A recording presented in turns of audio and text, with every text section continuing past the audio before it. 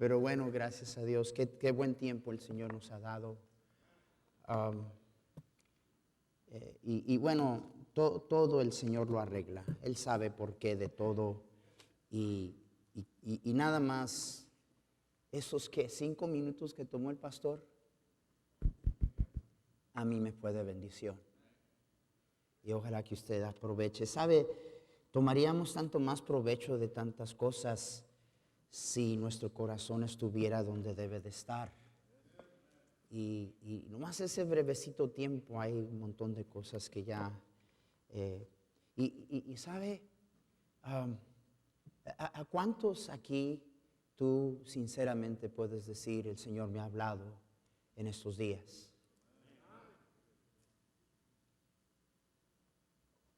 Hay que dar gracias. Digo, yo siempre he dicho, cuando Dios me habla, quiere decir que todavía está interesado en mi vida. Amén. Quiere decir que quiere bendecirme, quiere decir que me ama. No pensamos en esto. La palabra de Dios dice que el Señor a sus hijos que Él ama, los disciplina. Y el pastor nos habló un poquito de eso. Yo voy a hacer referencia a algo similar en el mensaje. Pero sabe que cuando pensamos de disciplina, luego lo primero que pensamos es palo. Disciplina, palo. La palabra quiere decir instruir, nutrir. Hemos estado siendo disciplinados estos días.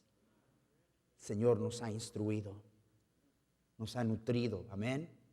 El Señor es bueno. Hermanos, yo a veces pienso en los temas que se me dan y bueno, le doy gracias a Dios porque primero me doy cuenta que no soy el indicado para los temas y luego me doy cuenta que ese es precisamente porque Dios me da los temas, porque el más necesitado soy yo. Pero abran sus Biblias, hermanos, en el libro de Habacuc, por favor. El libro de Habacuc. Les voy a dar como 10 minutos para que lo encuentren.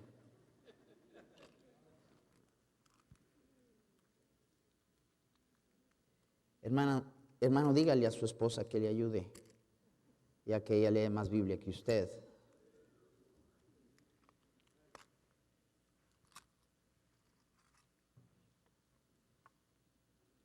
Oración del profeta Habacuc. Oración del profeta Habacuc. Ok, veo algunos hojeando todavía. Seminaristas. Profesores de seminario. ¿Ya lo encontramos? Ok. Oración del profeta Habacuc. Hablamos de esto el día de ayer. La oración sincera, sencilla, ferviente y honesta nace en el corazón. Nace en el corazón. Demasiadas veces es palabrería y religiosidad, pero la oración sencilla, sincera y transparente nace en el corazón. De manera que lo expresado por este siervo de Dios a Dios en oración es porque nació aquí. ¿Sí me están entendiendo, hermanos? Noten la oración. Oh Jehová, he oído tu palabra. ¿Y qué, hermanos? Y temí. ¿Cómo hace falta temor de Dios? Y temor de Dios es más allá de que tener miedo de lo que me va a hacer o lo que me va a pasar si yo no lo atiendo. La palabra hebrea habla sobre tenerle una gran estima a Dios. Cuando David cayó, el Señor viene y le dice, ¿por qué menospreciaste mi palabra?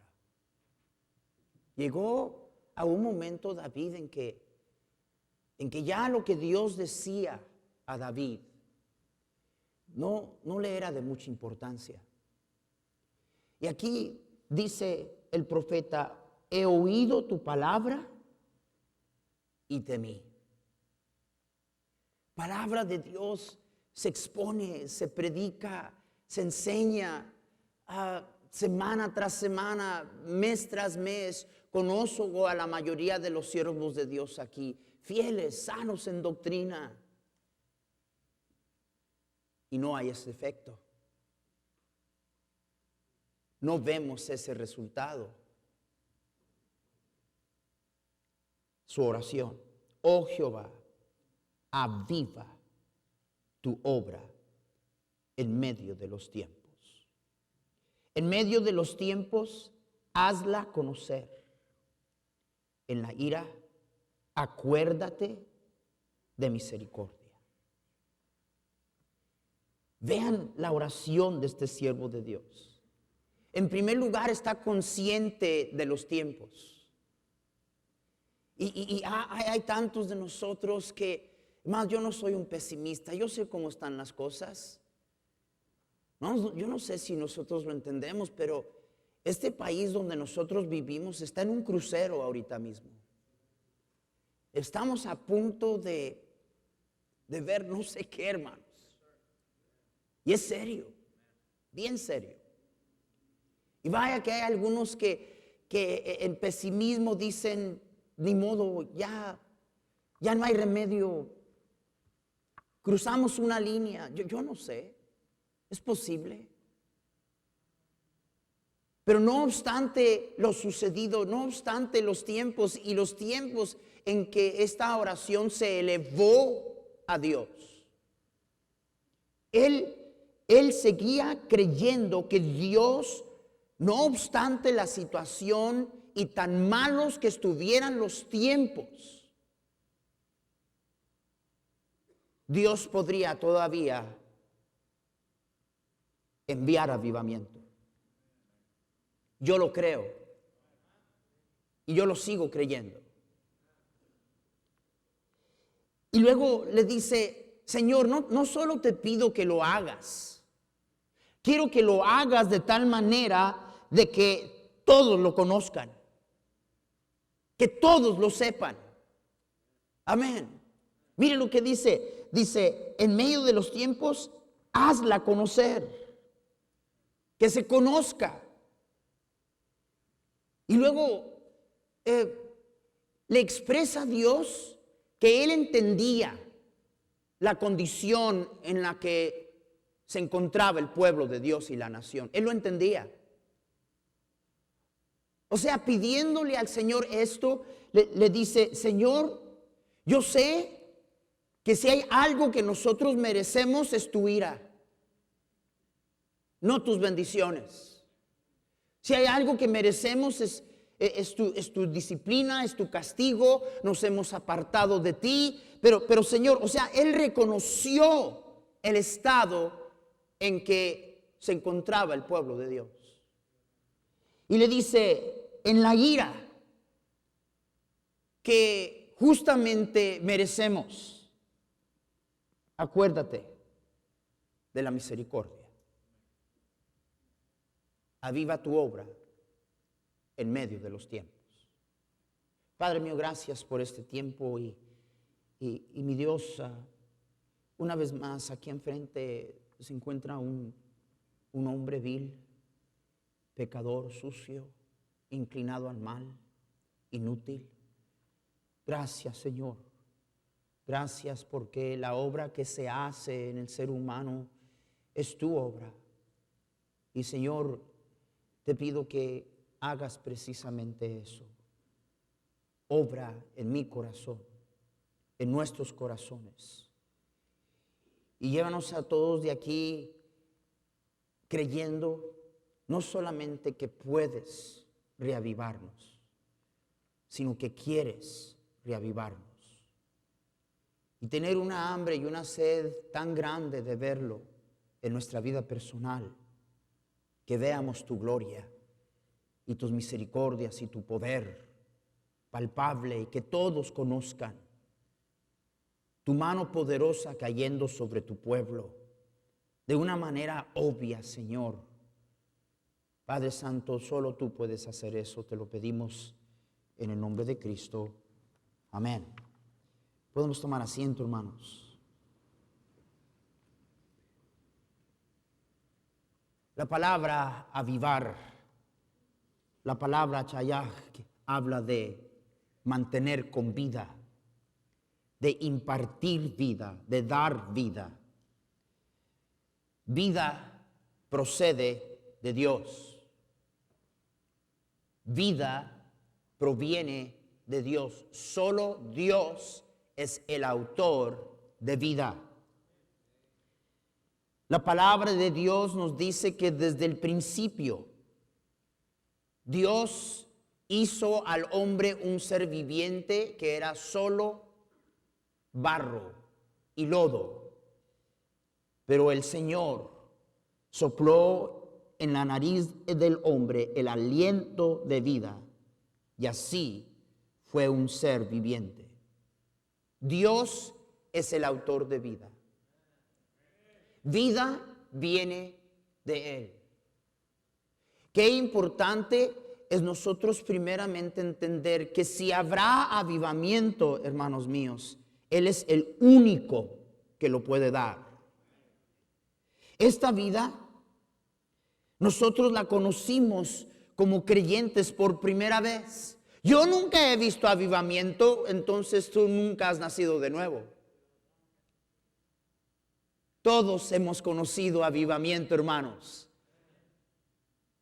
Y ocurrió por primera vez cuando el Señor sopló en nosotros el aliento de vida, lo cual dice la Escritura: Él os dio vida a vosotros cuando estabais muertos en vuestros delitos y pecados. Efesios 2:2.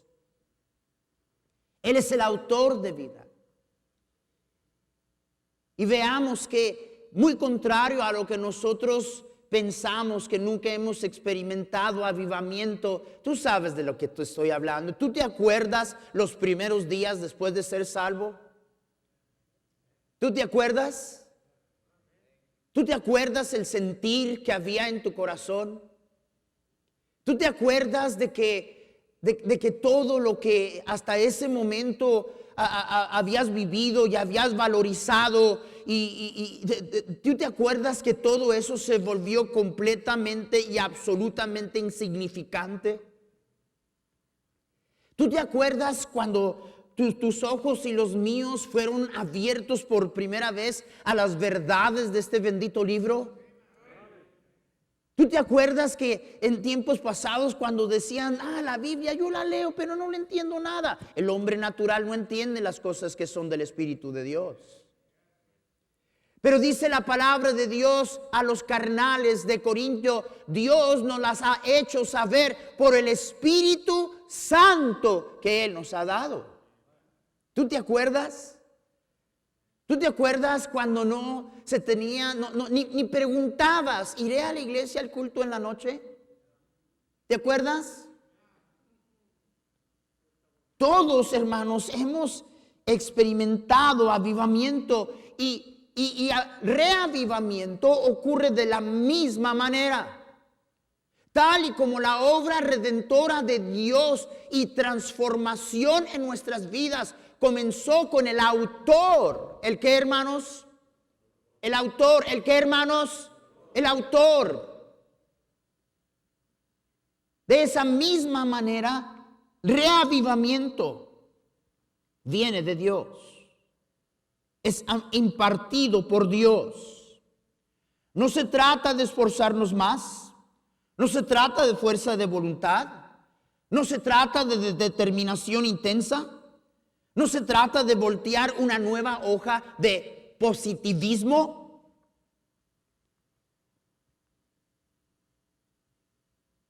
La tristeza es que muchos de nosotros nos asentamos y nos conformamos a vivir en un coma espiritual.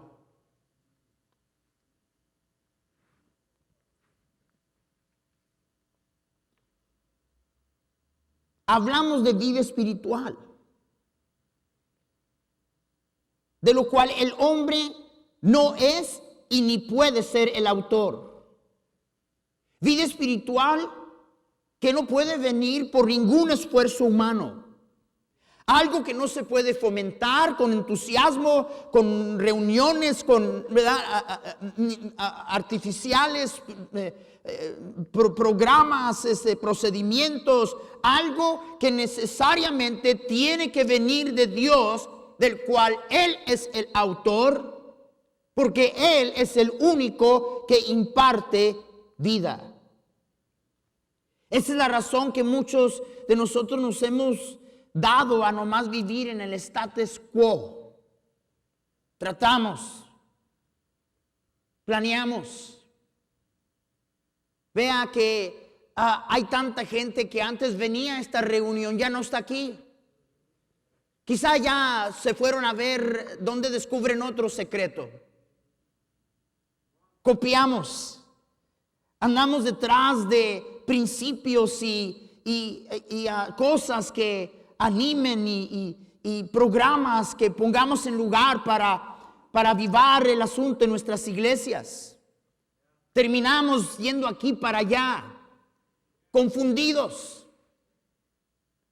Terminamos siendo seguidores de personalidades. Terminamos copiando cosas y no hay nada malo en copiar, ¿verdad? No hay nada nuevo bajo el sol y no tiene sentido reinventar la rueda. Pero terminamos desanimados, desmayando, pensando que es por demás. Y no nos damos cuenta que lo que usted y yo necesitamos más que ninguna otra cosa es algo que solo Dios puede producir. Solo Él. Oh, hermanos, lo que sobrevendría sobre nuestras iglesias, sobre nuestra vida personal, cuando el Espíritu Santo tenga la libertad para obrar como solo Él puede obrar. Qué quebranto de corazón hubiera. Qué sinceridad sin hipocresía. Qué conciencia de nuestro propio pecado, en vez de andar heridos y sentidos de las ofensas de alguien más. En lágrimas y convulsión de corazón sobre nuestro mal, sobre nuestro pecado. Qué humildad que llevaría a esposos a pedirse perdón los unos a los otros. Amén. Qué tremenda obra Dios haría en hijos buscando reconciliación con sus padres, y miembros dejarían de ser falsos los unos con los otros, por no decir incluyendo pastores. Al buscar nosotros la unidad del Espíritu, dice la palabra de Dios. Qué generosidad se despertaría en el pueblo de Dios. No tenemos problemas de dinero, hermanos. Tenemos un montón de cristianos que dicen que aman a Dios y no lo muestran con lo que Dios les ha dado. Oh, tendría libertad el Señor de hacer lo que tanto desea hacer. Veríamos lo que por nuestra ceguedad no hemos podido ver. Se quitaría el estorbo que el Espíritu Santo tiene para impartir esa vida que solo Él puede impartir.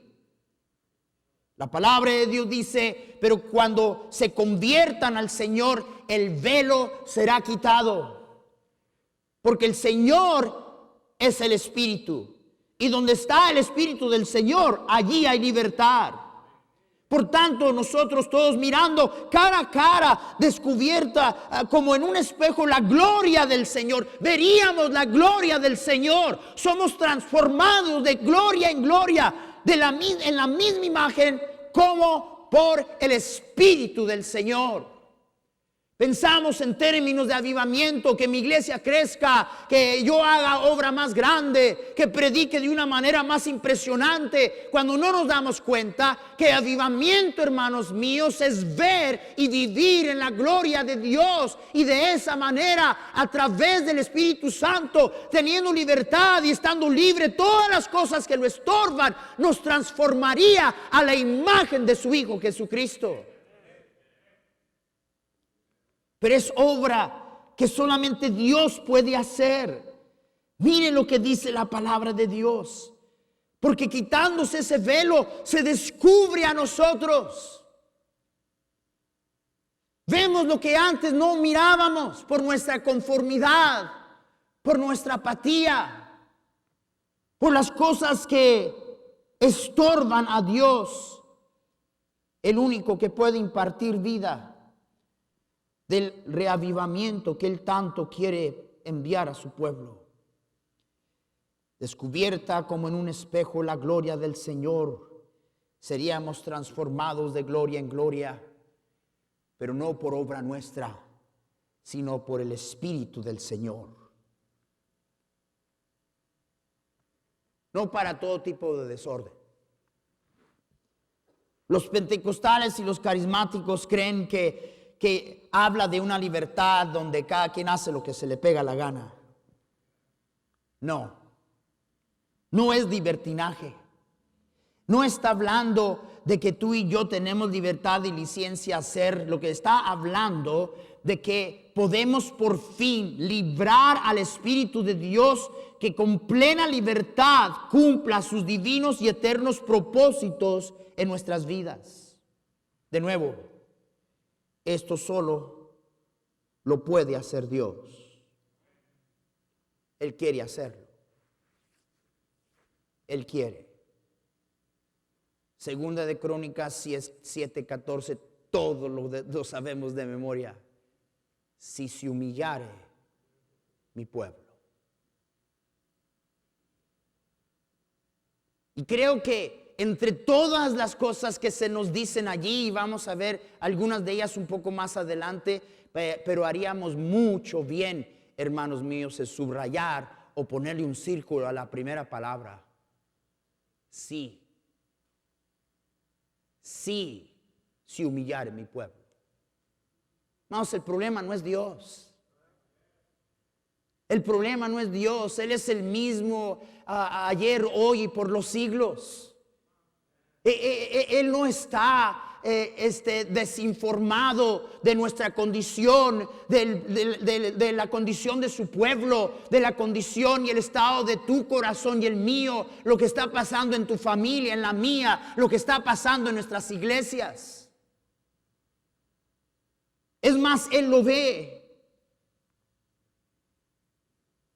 Pero hermanos, déjenme decirles, si Él quiere y Él puede enviar avivamiento, y de nuevo, Él es el único que lo puede mandar. Hermanos, Él es el único que lo puede enviar. Siendo así, la pregunta es, ¿qué lo motivaría a Él el hacerlo?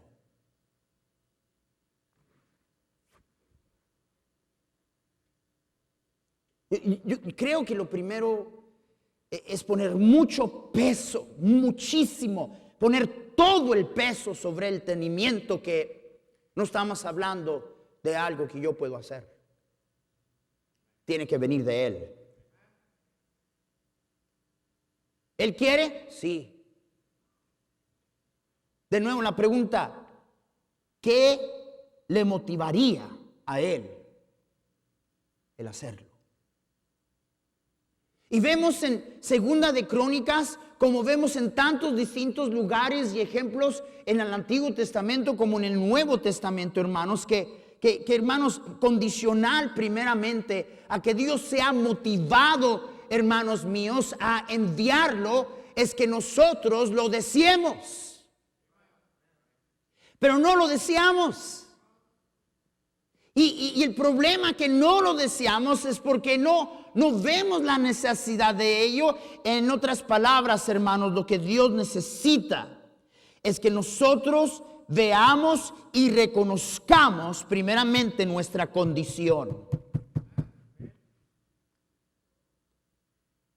Qué difícil es eso. Y en verdad somos muy buenos para nosotros andar juzgando y asegurar la condición del corazón de alguien más. Y tú y yo ni Dios somos, pero qué bien sabemos y hasta juzgamos los motivos de la gente. ¿Alguien me está entendiendo?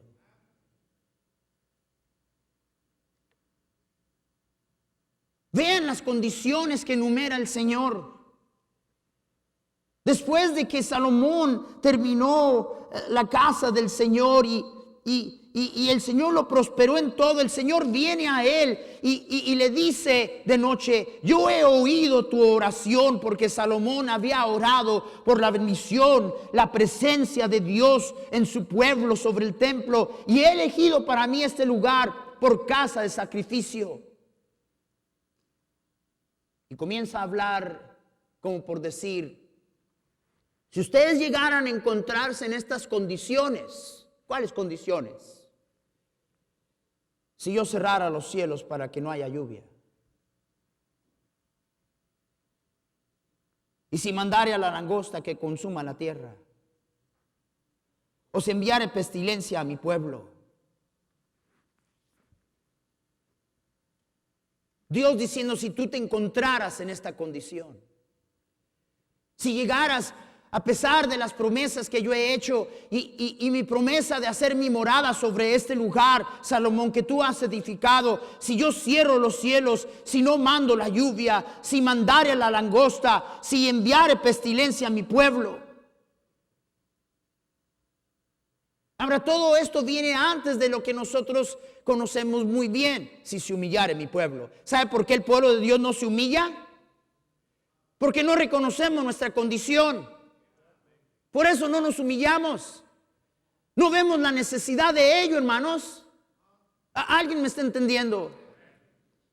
Lo único en que nos llevaría a humillarnos es llegar a entender la náusea, que la tibieza, la apatía, nuestra conformidad, nuestra comodidad en nuestro pecado le causa a Dios. Como cristianos vivimos muy cómodos en nuestro pecado.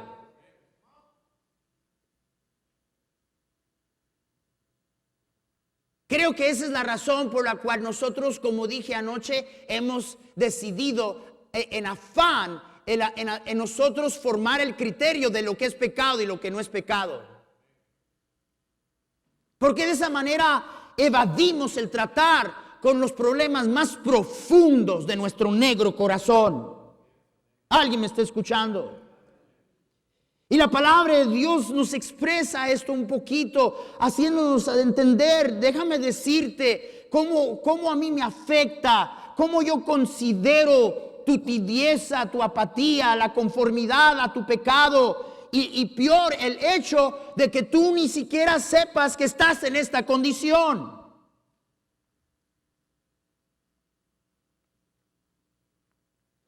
No eres tibio, no eres frío ni caliente, eres tibio. Y te vomitaré de mi boca. Y lo que le causa a Dios náusea es usted y yo constantemente viviendo como que estamos bien. Todos estamos bien. Hermanos, miren, no solamente nosotros creemos que estamos bien, nos jactamos de lo bien que andamos. Digo, se insinúa a veces hasta desde nuestros púlpitos. La razón por la cual nos damos el lujo, hermanos, ¿sabe qué? Déjenme decirle algo: juzgaríamos menos, criticaríamos menos si no creyéramos. Nos damos ese lujo porque creemos que andamos tan bien en comparación a... ¿Alguien me está escuchando? Y es la condición El hecho, hermanos míos, si se humillara mi pueblo, nunca nos vamos a humillar, hermanos. Nunca. No vemos la necesidad de hacerlo. Hemos calculado equivocadamente nuestra condición y hemos concluido, yo estoy bien. Mira nomás lo que hago. No te engañes. No te engañes. No estemos hablando en términos de lo que se ve. Si habláramos de esas cosas, déjenme decirles, los pentes tienen la mano de Dios sobre su vida. ¿Alguien me está escuchando? Pero mire lo que le causaba náusea al Señor. Porque tú dices, yo soy rico y me he enriquecido y de ninguna cosa tengo necesidad. No hay urgencia, no hay necesidad. No tenemos el deseo de avivamiento en nuestro corazón porque no estamos dispuestos a ver nuestra condición.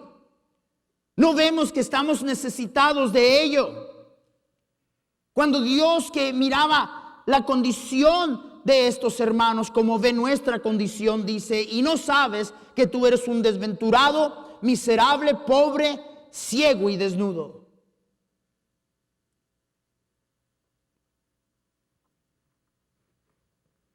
Deje de estar evaluando y criticando. Escuche lo que Dios nos está diciendo en su palabra. La palabra de Dios de la misma manera nos dice, acercaos a Dios y Él se acercará a vosotros. Y luego comienza a ayudarnos a entender cómo y solamente cómo esto es posible. Pecadores. Santiago fue escrito a cristianos. Acercaos a Dios y Él se acercará a vosotros. Y lo dice, pecadores. Está hablando a cristianos. ¿Existen cristianos pecadores? No.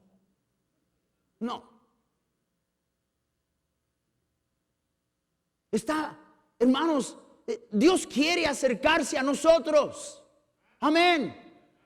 Y pone las condiciones o precondiciones. Pecadores, limpiad las manos. Y vosotros de doble ánimo, purificad vuestros corazones.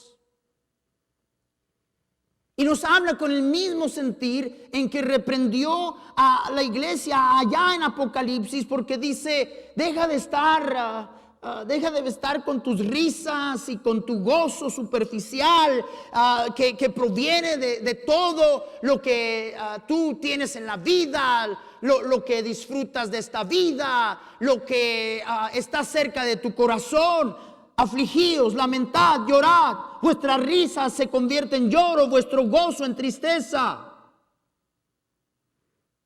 Pues ¿qué no dijo ayer, pastor, que debemos de andar gozosos? En el Señor y por el Señor. Pero aquí está hablando de cómo es que nosotros como pueblo de Dios tan fácilmente podemos hundirnos y dejarnos llevar por esa corriente donde la risa, el gozo y la alegría no tienen nada que ver con Dios. Y muchas veces es algo que buscamos nomás para ahogar lo que está pasando aquí. Yo quiero acercarme a ti. Yo quiero que tú te acerques a mí. Pero ¿dónde está, hermanos, la hambre, la sed, la desesperación, el deseo en los hijos de Dios para avivamiento? Porque yo derramaré agua sobre el sequedal, ríos sobre la tierra árida. Pero usted y yo nos creemos tierra fértil.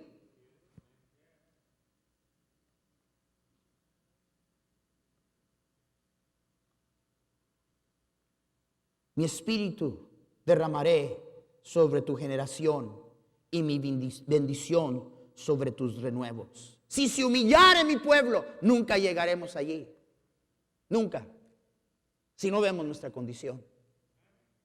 Si no vemos nuestra condición, no llenaremos. Y hermanos, hay mucho más allí en segunda de Crónicas 7:14.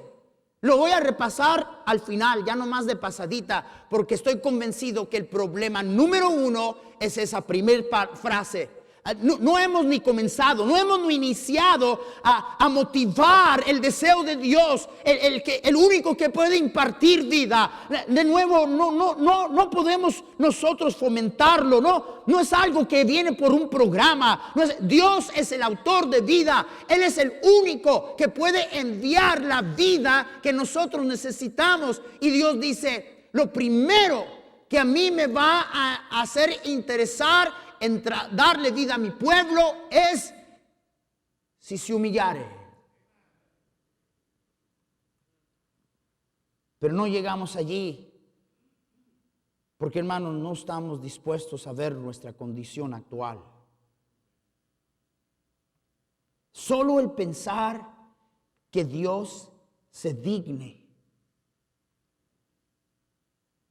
Como hablábamos ayer, que Dios se digne, hermanos, de bendecirnos, de habitar en nuestro medio.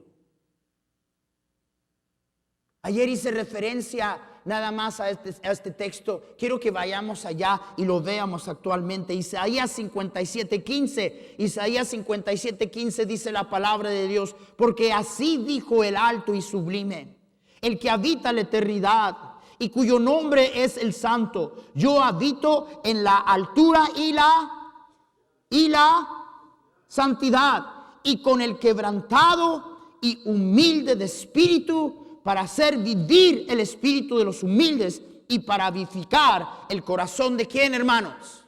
¿El corazón de quién, hermanos? ¿Cuándo fue la última vez que usted vio ese quebrantamiento?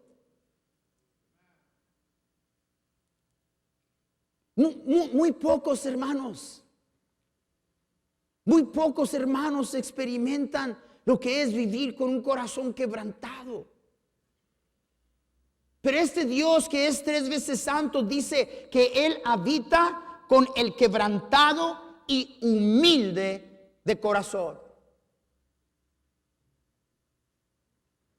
Sí, dice allí su Biblia así. Pero no sé si estoy leyendo otra versión. ¿Así dice? Y para vivificar el corazón de quien reconoce que lo necesita. El quebrantado porque se da cuenta que no anda bien, menos andar jactándose de lo bien que anda.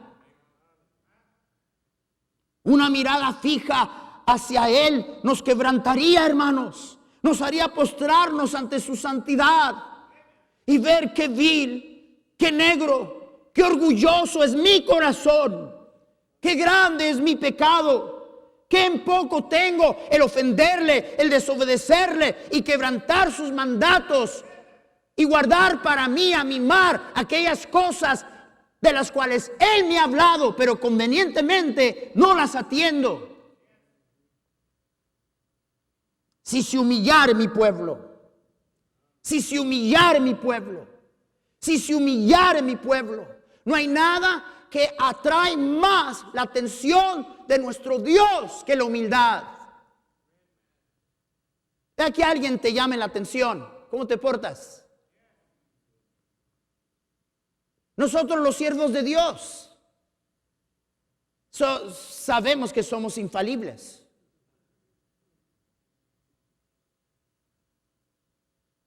Ahora bien, el pastor debería de saber un poco más que la persona normal. Si conoce la Escritura. Si él sabe más, no es porque es muy inteligente. Si él sabe más en cuanto a las cosas de Dios, es porque proviene de ese libro. ¿Alguien me está entendiendo? Pero tengo noticias para ustedes, hermanos, no somos infalibles.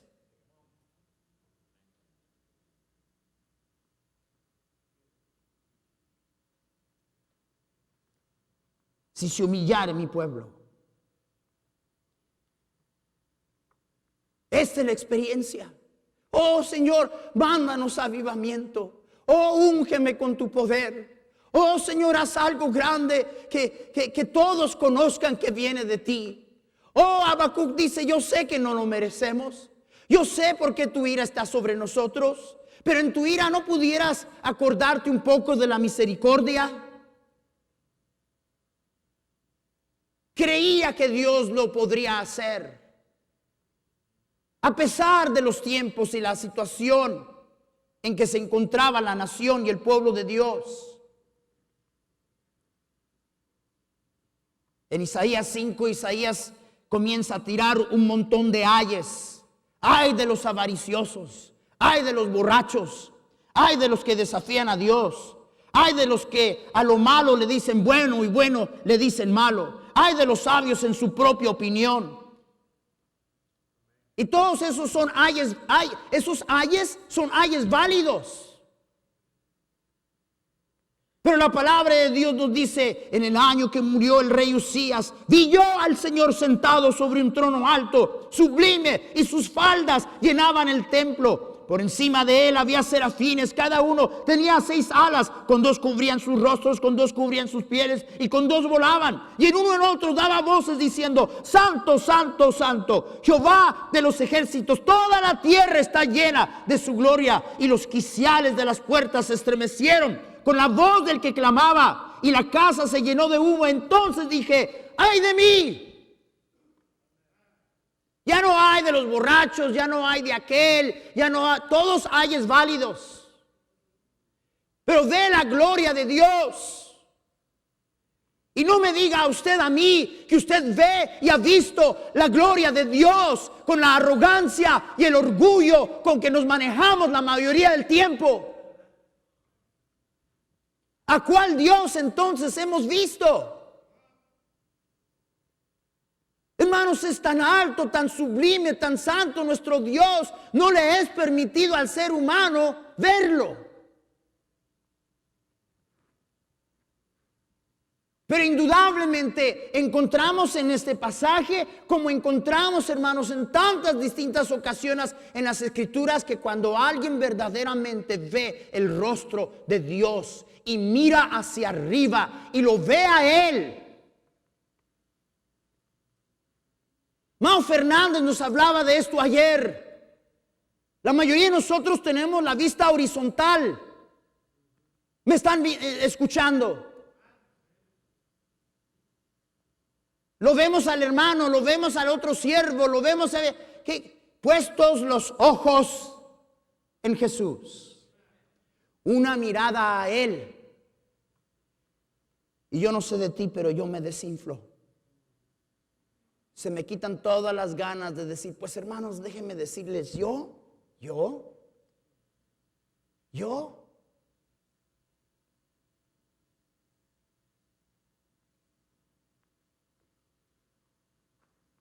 Ay de mí, que soy muerto, porque siendo hombre de inmundo de labios y habitando en medio de pueblo que tiene labios inmundos, han visto mis ojos al Rey, Jehová de los ejércitos.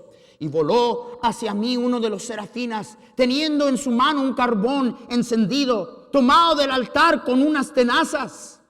Y tocando con él sobre mi boca, dijo, he aquí, que esto tocó tus labios. Y es quitada tu culpa y limpio tu pecado. Pues que no estaría el mismo que en el capítulo 5 tiró todos los ayes. Cuando Isaías vio la gloria de Dios. Y nunca veremos la inmensidad de nuestro pecado, lo oscuro de nuestro corazón, lo vil que somos, hasta que lo veamos a Él. Y cuando lo veamos a Él, y entonces como Isaías lleva, ¡ay de mí! Vinieron los serafines, tocaron, hermanos míos, con el carbón. Y dice la Biblia, tocando sus labios, se le dijo, es quitada tu culpa y limpio tu pecado. Después de eso, escúchenme, Después de eso, ¿cuántos se rindieron a predicar tiempo completo? Tantos. Después de eso, entonces dice, ¿a quién enviaré? Temo, hermano Fernández, que a veces la ilusión de la generación que se está levantando ha sido mal guiada y mal guiada por nosotros. De estos pensamientos de exaltación, de grandeza, de respeto, de estima, de sabrá qué, de querer conseguir en el ministerio. Cuando la palabra de Dios nos dice no por ganancia deshonesta. ¿Y tú crees que solamente está hablando del dinero?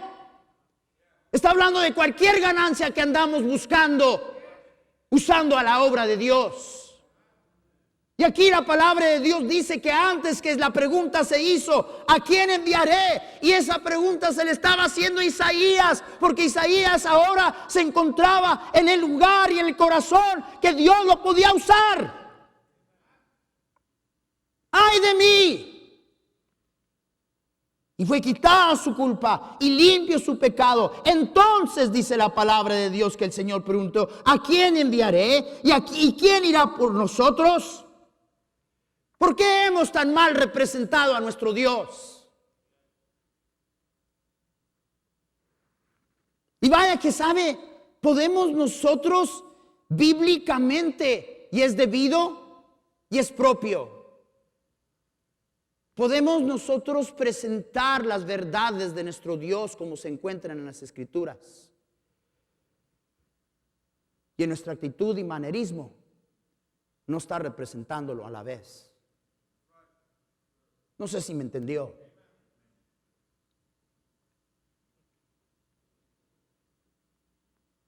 Entonces respondí, heme aquí. ¿Quién? Un hombre quebrantado. ¿Quién? Un hombre que dijo, ay de mí, soy sucio, soy vil, mi corazón es negro. ¿Quién dijo, heme aquí? Aquel que viendo la gloria de Dios se humilla. Y en su humillación viene el Señor, le toca, quita su culpa, limpia su pecado. Y entonces encontramos la condición correcta en la cual debemos de decir, mándame a mí. Hoy en día, mi Señor, haz algo grande conmigo. ¿Para qué? ¿Y por qué?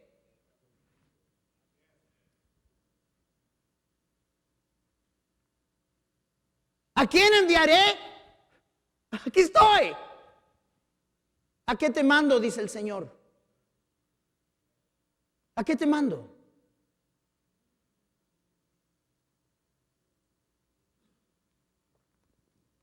Anda, di a este pueblo, oíd bien.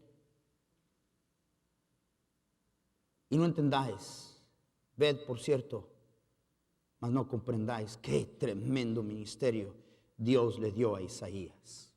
Órale, órale, que en tu llamado el Señor te diga, ve, ¿a qué, Señor? Heme aquí, heme aquí. Hombre, me canso, doble de esta iglesia puedo levantar yo. No, te voy a mandar a que vayas a predicar y nadie te va a hacer caso. No, voy a tener no. Te voy a mandar a predicarle a una gente que está tan dura de corazón y yo nomás quiero que hagas lo que yo te diga y ni te van a parar bola. Órale. ¿Qué ministerio? Nada estorba a Dios el derramar su espíritu de vida y avivamiento como nuestro orgullo y nuestra altivez. Y nuestra resistencia a creer que somos orgullosos es el problema número 1.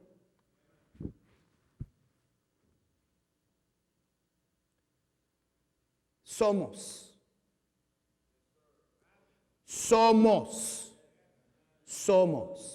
Déjeme, semos. Por si acaso no me entiende. Cercano está Jehová a los quebrantados de corazón y salva a los contritos de espíritu. La palabra quebrantado allí, la palabra daca, habla de desmoronar, de herir, de golpear de tal manera que termina algo en pedacitos. Y Dios, ¿cuántas veces ha querido obrar esto en nosotros? Para hacernos entender nuestra vileza, nuestro orgullo, nuestra altanería. Y bien, con plan de Dios, hermano Parada compartió lo que compartió con nosotros. Porque cómo respondemos en esos momentos muestra nuestra altivez, nuestra resistencia a Dios, que tantas veces, queriendo bendecirnos, busca el quebrantarnos, el desmoronarnos, el traer golpes a nuestras vidas que a veces nos dejan en pedazos.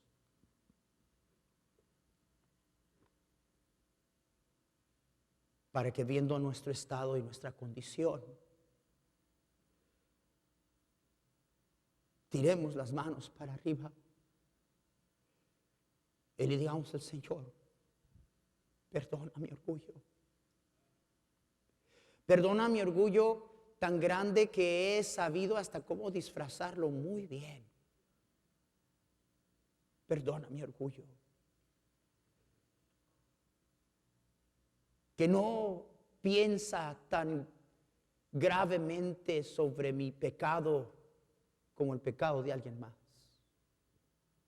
Perdona mi orgullo,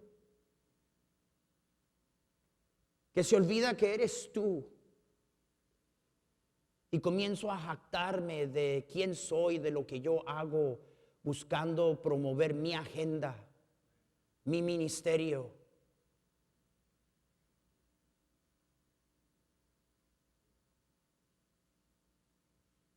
Date cuenta, comienzas a hablarle a otro siervo, ¿verdad?, de lo que Dios está haciendo en tu iglesia, y a veces le pasa por encima, porque lo primero que quiere es inmediatamente decirte a ti lo que Él está haciendo acá.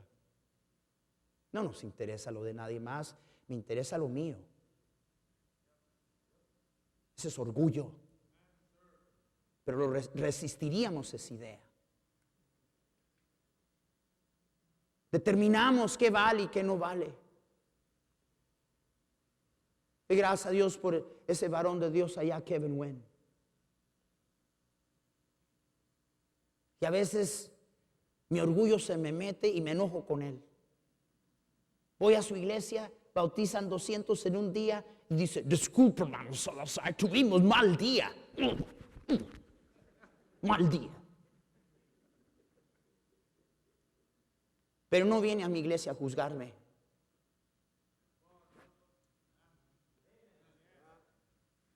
Él no viene a ver o esperar que lo que Dios le ha concedido a él se haga en similaridad donde yo estoy.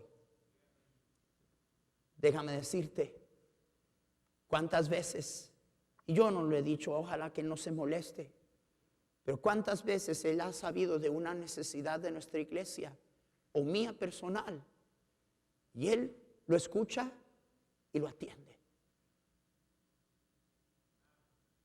No somos así.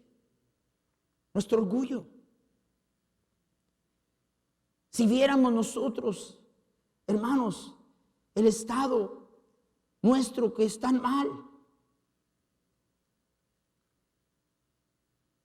y viéramos nosotros que Dios quiere enviar avivamiento, pero lo hará no bajo nuestros términos, y seguramente no lo hará para nuestra vanidad. Hermanos, seguramente no lo hará para nuestra vanidad. Haz cosas grandes, Señor. ¿Para qué? ¿Por qué? Llegamos a obtener cosas grandes y llegamos a ser tan inflados que ya ni siquiera tenemos tiempo para la gente a la cual Dios nos llamó a ministrar.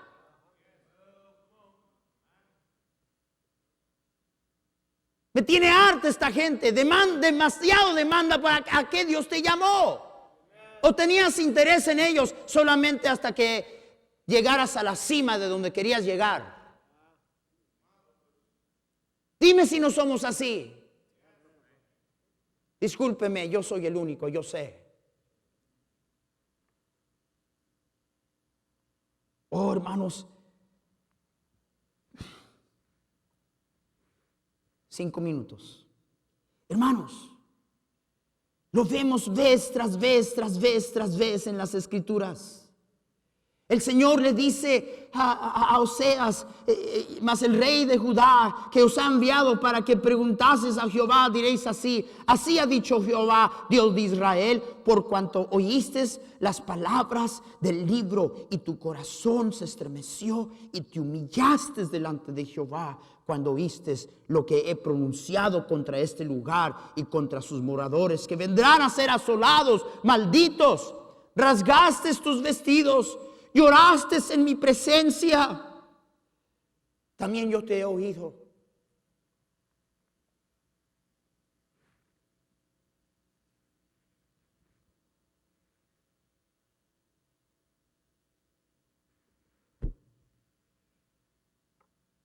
Vienen lágrimas a mis ojos muchas veces al pensar lo que a lo mejor Dios no ha podido hacer, y no es que no quería hacer, pero no ha podido por mí. Por mí. Porque Dios no comparte su gloria con nadie. No hay nada que atrae a Dios más que la humildad. Nada. Viene un tremendo ejército delante del pueblo de Dios y Roboam. Ustedes conocen muy bien de qué estoy hablando. Pero la palabra de Dios dice que cuando Dios vio que se humilló, y cuando Jehová vio que se habían humillado, vino palabra de Jehová a Semaías diciendo: se han humillado, no los destruiré, antes los salvaré en breve, y no se derramará mi ira contra Jerusalén por mano de Sisac. ¿Recuerdan ustedes a Ezequías? Pero Ezequías, después de haberse enaltecido su corazón, se humilló. Se humilló. Él y los moradores de Jerusalén. Y no vino sobre ellos la ira de Jehová en los días de Ezequías. Manasés. Hermanos, ¿quién no se recuerda de Manasés? Dice la palabra de Dios de la historia de este rey que no hubo otro rey que llevó al pueblo de Dios a tal pecado como este hombre. Pero la palabra de Dios nos dice que después de haber sido puesto en angustias, oró a Jehová su Dios, humillado grandemente en presencia del Dios de sus padres, y habiendo orado a él fue atendido, pues Dios oyó su oración y lo restauró a Jerusalén, a su reino. Entonces reconoció Manasés que Jehová era Dios. El salmista dijo en el Salmo 109, 67, antes que fuera yo humillado, descarriado andaba, mas ahora guardo tu palabra. En el mismo capítulo más adelante, versículo 71, dice: bueno me es haber sido humillado, para que aprenda tus estatutos.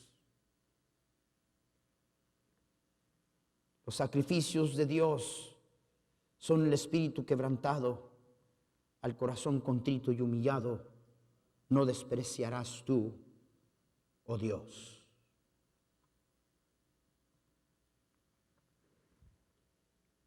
No voy a entrar a lo demás, porque estoy convencido que este es el problema número 1. Si se humillará mi pueblo sobre el cual mi nombre es invocado y oraren, ¿cómo vamos a orar? No vemos la necesidad de hacerlo. Estamos bien. Y se apartaren de sus malos caminos. ¿Cómo? ¿Cuándo? Todos andamos bien. Nadie peca, nadie erra. El orgullo nos deja completamente indefensos, vulnerables, expuestos a las acechanzas del diablo, porque el orgullo es el ambiente en que el diablo necesita para sembrar su semilla de duda, de rebeldía, de resistencia a la voluntad de Dios. ¿Alguien me está entendiendo? Y todos nosotros lo tenemos en nosotros. Por algo dice la palabra de Dios que la desobediencia, la rebeldía es como el pecado de brujería. Es característica satánica.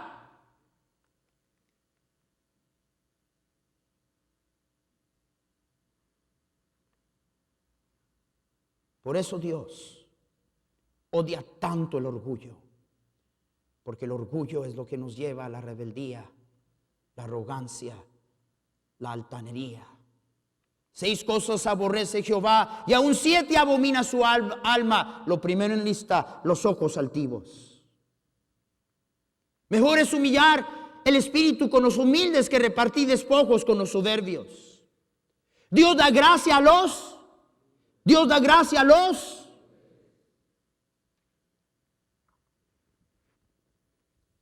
¿Cuándo fue la última vez que quebrantado en lágrimas? No porque te está yendo mal. Ese es cuando derramamos lágrimas. Me está yendo mal. Simple y sencillamente el vivir quebrantados por nuestro mal y nuestro pecado, no tanto las consecuencias de ello. Es allí donde comienza lo que motiva a Dios a enviar reavivamiento. Yo no sé dónde usted se encuentra. Yo conozco mi negro corazón. Yo conozco que vil es mi corazón. ¿Queremos avivamiento? Nomás es un tema que sería muy bueno tocar, que el hermano Parada decidió poner en el horario. Comienza con usted. Deje de estar pensando en alguien más. Comienza conmigo. Conmigo. ¿En qué áreas no quiero humillarme? Soy como la iglesia en Apocalipsis. No tengo necesidad de nada. La tengo hecha. Con un velo que no nos deja ver su gloria, su majestad. Y mientras clamamos estar también con Él, no hay mucha gente que día a día, viendo su gloria, es transformada a la imagen de su Hijo. Si hay algo que carecemos en nuestro movimiento, es gente que luzca como el Señor Jesús. Y tú sabes que te estoy diciendo la verdad. Pero ¿cómo andamos con Él? Puestos de pie.